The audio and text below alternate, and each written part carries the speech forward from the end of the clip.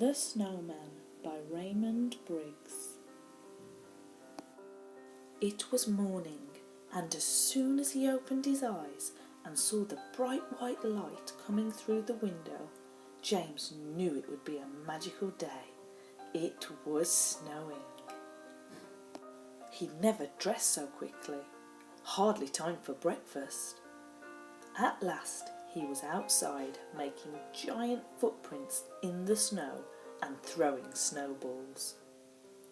He began to roll a huge snowball and suddenly had an idea. The best thing to do would be to make a snowman. A big body. A quick lunch, no time to stop. A big round head. Coal eyes, a tangerine nose, a hat and scarf, and last of all, James drew a mouth with his finger. His snowman was finished. His snowman was smiling. Soon it was time for bed, but it's hard to sleep when you're thinking of a snowman outside, all alone. James got up and went out into the night. The day had been special, but this was magical. The snowman waved, raised his hat, and walked towards the house. James took the snowman's hand and they went indoors. Ordinary snowmen never go inside a house, but this snowman wanted to see everything. The fridge was best. It was cold, just how snowmen like it. Upstairs, Mum and Dad were fast asleep. The snowman tried everything, including Mum's perfume, which nearly made him sneeze. The snowman danced to a music box and played with James's toys. Mum and Dad didn't wake up. Back outside, they rode through the fields and forests on Dad's motorbike. But the snowman needed to be cold, and the motorbike made his legs very hot. So James took the snowman to the big freezer, and soon the snowman's legs were mended. Then suddenly the snowman stopped smiling and listened. What could he hear? Was he remembering something? Then he began to run across the snow. James ran with him.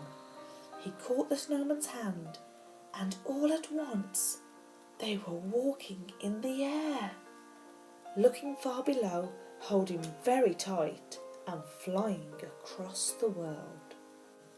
When at last they had landed, the snowman led James through dark woods until they came upon the most amazing sight that James could ever have imagined. All the snowmen and snowwomen in the world had come for a party. And there was Father Christmas. He gave James a present and a hug.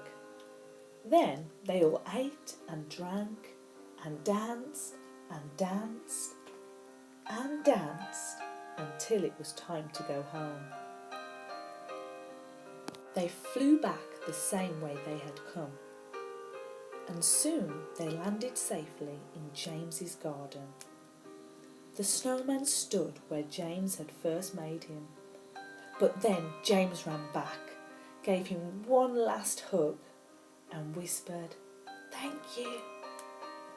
Next morning the sun was shining. James leapt out of bed, rushed down the stairs and out through the door to see his very special snowman.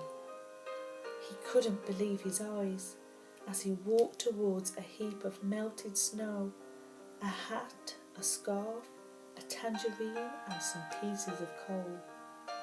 Had he been dreaming? James felt in his dressing gown pocket and pulled out a snowman scarf, his present given to him by Father Christmas far away on one magical night. The end. Please check out our channel for more stories and for more songs.